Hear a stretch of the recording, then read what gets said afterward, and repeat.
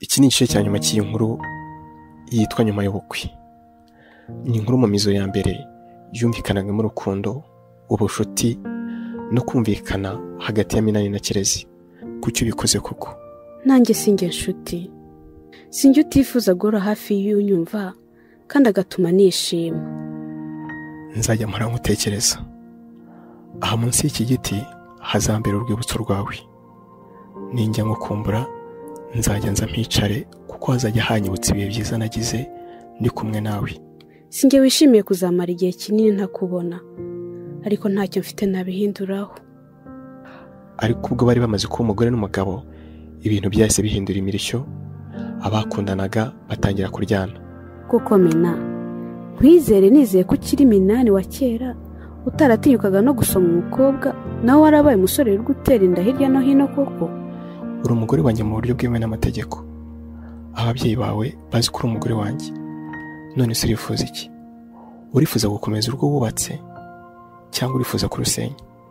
Mina, rwose biba uko bigomba kuba, ariko ntabwo nshobora kwishora mu bibazo kandi namaze kubibona. Uko nagenda njyenyine siko nagenda ndi kumwe n'umwana wawe. Uyu mwanzuro nawe utekerejeho. Ntabwo naryamana nawe kiriya kibazo kitarakemuka. Ngira ngo muribuka ko icyo gihe ababyeyi babo aribo bagerageje kubafasha guhosha amakimbirane bari bafitanye. Ariko nubwo bari kubafasha, urugo rwa Minani na Kirezi nibo bonyine bari bafite ubushobozi bwo gutuma rukomera cyangwa ubutuma ruriduka. Nyuma y'igihe batangiye gukora ibikorwa batekerezaga ko bizazana iterambere mu rugo, umwe muri bo yatangiye kwibagirwa uwo ari we, atangira gucudika n'abandi bantu atitaye ku mico yabo. Ese Mina, umfata nk'inshuti yawe? Anye, simufata nk'inshuti yanjye, ahubwo uri inshuti yanjye. Ariko se habaye iki kutambwira? Ibyo nibyo byafashije Anyensi kwigarurira umutima wa Minani. Mina, mbabarire. Kuki ubikoze? Nifuza kumenya agaciro umpa Mina, none nsanze ntacyo utakora ku bwanjye. Ntagiye ibyo byamaze, Minani atangira kujya kubita umugore we yari yarahoze akunda. Ibyo kandi umugore we yarabyihanganiraga, agakomeza kugerageza ngo arebe ko urwe rwarama. Mina, ndagukunda nubwo wenda ushobora kuba utabizi. Uri se w'imfura yanjye intera ibyishimo, kandi nagusezeranyije kuzagukunda mu bihe byose, kandi iryo sezerano ndihoza mu bitekerezo byanjye. Ndagukunda Mina. Ariko byaje kugeraho umugabo we amwirukana iwe, ahubwo azana rya habara rye Anyensi. Kirezi rero mbanje kukwiseguraho, nubwo ntari nkwiye kubikora, ariko reka mbikore. Gusa nk'uko ubibona ntabwo nkiri umugabo wawe, ndabyumva. Bitewe n'ibihe byahise ushobora kugorwa no kwemera ko ibyo nkubwira ari ukuri, ariko rwose ni ukuri, sinkigukunda na gato. Gukomeza kukubeshya ko ngukunda kandi siko nkubeshya, ndumva nta bupfura bwa burimo pe. Rero ku bwanjye ndumva ko kubana nawe tubanye nabi, wacu kwawe nanjye nkacu kwanjye. Icyo gihe kandi Kirezi yari atwite. Uyu munsi rero mu gihe kumva iherezo ry'iyo nkuru, niba wubatse zirikana ko urwo rugo nubwo kuko ari urwawe, ariko ukwiye kujya wibuka ko hari imiryango wowe n'uwo mwashakanye mwahuje. Ushobora no gusanga wenda hari amashami yatangiye gushamika kuri mwe. Mbere yo kureba inyungu zanyu bwite, mujye munatekereza no ku nyungu z'ayo mashami atarigeze agira uruhare mu guhura kwanyu. Ntabatindiye nimyumvire iherezo ry'iyi nkuru.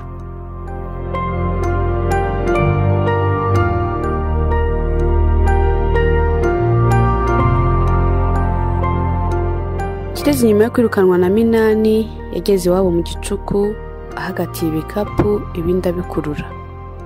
Ku maso ye hari hijimye, yarababaye ku mutima no ku maso.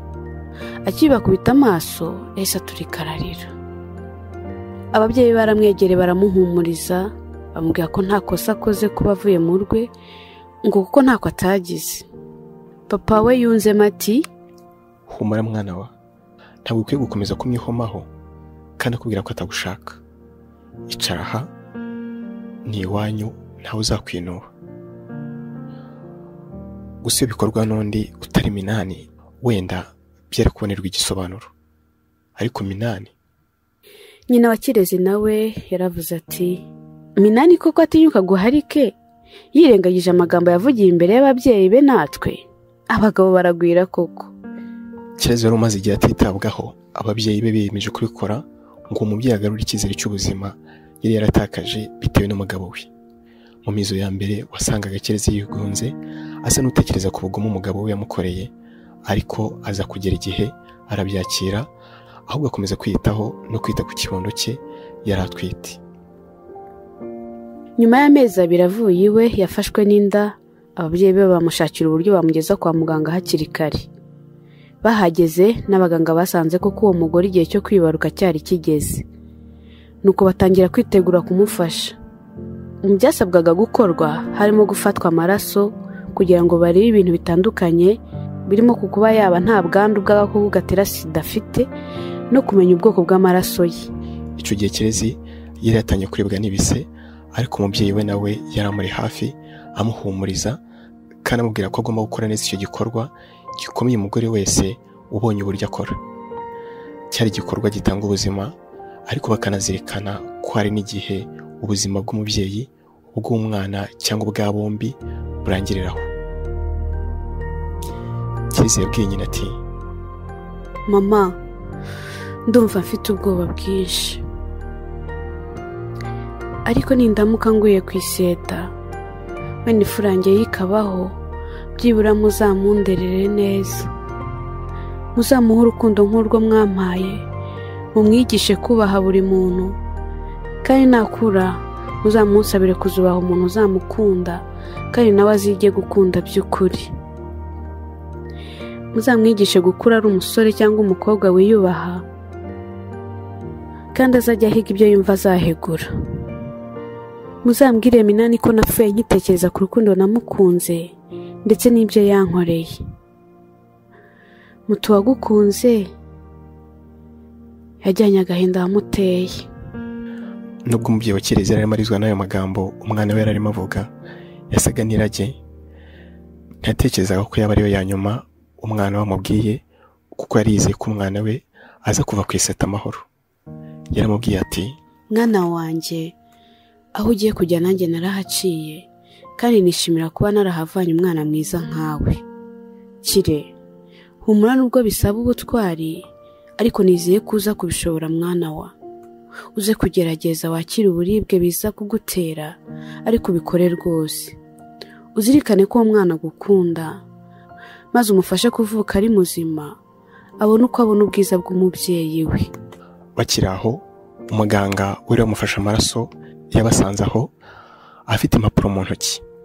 Ubundi ubusanzwe umuntu yafashwe amaraso bagiye kureba ko nta bwandu afite, benshi basigarana umutima uhagaze, ariko Kirezi ntiyaratewe ubwoba no kumenya igisubizo cyavuye mu bizamini bye, bitewe n'uko yari amaze amezi make yipimishije kandi bari barasanze ari muzima.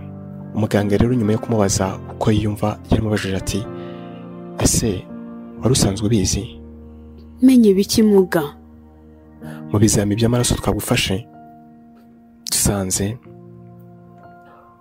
muganga yagoye no kuvuga ibyo biri muri ibyo bizamini, ndetse na Kirezi yasaga n'uwibagiwe uburibwe yari afite, ahubwo ategereje kumva uko ubuzima bwe buhagaze. Uwo muganga akomeje ababwira ati, mada, twasanze waranduye. Atararangiza iyo nteruro, Kirezi yisagwa igihumure. Muganga abonye bigenze bityo, yisamagara bagenzi be kugira ngo barebe ko baramira ubuzima bw'uwo mubyeyi ndetse n'umwana wari uri mu nda. Bahise bamushyira mu byuma bifasha abarwayi guhumeka, bamutera za serumu, maze batangira kungurana ibitekerezo ku gikorwa bagomba gukora ngo barebe ko ubuzima bw'uwo mubyeyi ndetse n'umwana we bwarokoka. Ariko mu by'ukuri babonaga ko bigoye ko abo bombi barokoka. Bahise bafata umwanzuro wo kubaga uwo mubyeyi ngo byibura babanze batabara uwo mwana we, hanyuma ngo basigire barwana nawe, ariko umwana yatabawe. Baramubaze maze kubw'amahirwe basanga umwana akiri muzima. Gusa nyuma y'iminota mike umwana avutse, Kirezi yese ashira mu mwuka. Umubyeyi we ubwo yumvaga ko umwana we birangiye, yananiwe kubyakira, agenda yiruka ari nakasakuza atabaza ngo bamutabare ngo agushije ishyano. Kandi ko amarira yarumvikanaga, kuko mu bihe nk'ibyo ukwihangana gukunda kubura. abandi babyeyi bari aho ku bitaro nabo iyo nkuru y'urwo rupfu rw'uwo mubyeyi yabagezeho, bamwe bararira, abari bategereje kubyara barushaho kwiheba no gusezera ku miryango yabo. Bamwe bibazaga impamvu Imana yemera ko basama kandi izi neza ko aricyo gikorwa kizashyira iherezo ku buzima bwabo. Umubyeyi yakomeje guhumurizwa n'abantu batandukanye, baba abaganga ndetse n'abandi bari mu kigero cye, bamubwira ko ubwo ari bwo buzima ducamo umunsi ku wundi, ko ahubwo akwiye kwita ku mwuzukuru amusigiye, ariko ntiyabyumvaga. Yibukaga amagambo ya nyuma umwana we yari yamubwiye, aho yari yamubwiye ati, mama, ndumva mfite ubwoba bwinshi, ariko nindamuka nguye ku iseta wenda ifurange yikabaho, byibura muzamunderere neza, muzamuhe urukundo nk'urwo mwampaye, mumwigishe kubaha buri muntu, kandi nakura muzamunsabire kuzubaha umuntu uzamukunda kandi nawe azige gukunda by'ukuri. Muzamwigishe gukura ari umusore cyangwa umukobwa wiyubaha, kandi azajya ahiga ibyo yumva azahegura. Muzambwire Minani ko napfuye nkitekereza ku rukundo namukunze ndetse n'ibyo yankoreye. Mutu wagukunze yajyanye agahinda wamuteye. Ese uwo mubyeyi ntiyari yamenye ko umwana we ari kumusezera. Umubyeyi wa Kirezi amaze kwakira ko umwana we amaze kwigendera, yatangiye guhamagara mu miryango ye ndetse n'inshuti zabo abamenyesha iyo nkuru mbi. Abenshi ariko ntibabyumvaga. Muri abo babwiwe inkuru y'incamugongo harimo n'ababyeyi ba Minani. Bo banatekerezaga agahinda uwo mubyeyi ajyanye. Bahise bahamagara umuhungu wabo, gusa umuhungu wabo we yari yiryamiye ari kumwe n'ihabara rye, yari yaramutije umuhoro wo gusenya urugo rwe. Abonye ko bakomeje kumuhamagara yarabitabye, maze bamubwira iyo nkuru mbi. Telefone yahise imuceka, asohoka yambaye umwenda w'imbere, agenda avuga ko bidashoboka. Agnes abonye uwo mugabo abaye atyo byaramuyobeye, ariko agerageza kumubaza, ariko undi akomeza kuvuga ko bidashoboka. Minani yasimbutse igipangu agenda yiruka avuga ko bidashoboka.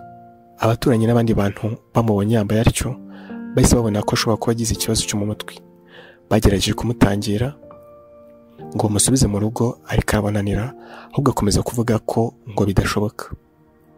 Agnes abonye ko ibyo bintu bikomeye, yarebye bari bamaze kuvugana, asangana umubyeyi we. Nuko aramuhamagara amubaza ibibaye, maze bamubwira ko umugore wa Minani aguye ku iseta. Bahise bamenye igiteye uwo mugabo guhahamuka. Gusa iyo ndaya yo yatangajwe no kubona umugabo wamubwiraga ko amukunda ateshwa umutwe no kumva ko umugore we yapfuye. Minani nawe yajyanywe kwa muganga kuko nawe yaragize ikibazo cyo mu mitekerereze. Umuryango wa Kirezi kandi wari watangiye no gutegura ibijyanye no gushyingura umwana wabo, banatekereza uko bazita ku mwuzukuru yarabasigiye. Nyuma y'umunsi umwe Kirezi apfuye yarashyinguwe, ariko Minani umugabo we ntiyari ahari kuko we yari mu bitaro byita ku bantu bafite ibibazo byo mu mitekerereze. Icyo kibazo Minani yari afite cyajyaga cyoroha, ariko nyuma y'iminsi mike kikongera kikagaruka. Ubwo rero Minani yibereyeho kwa muganga.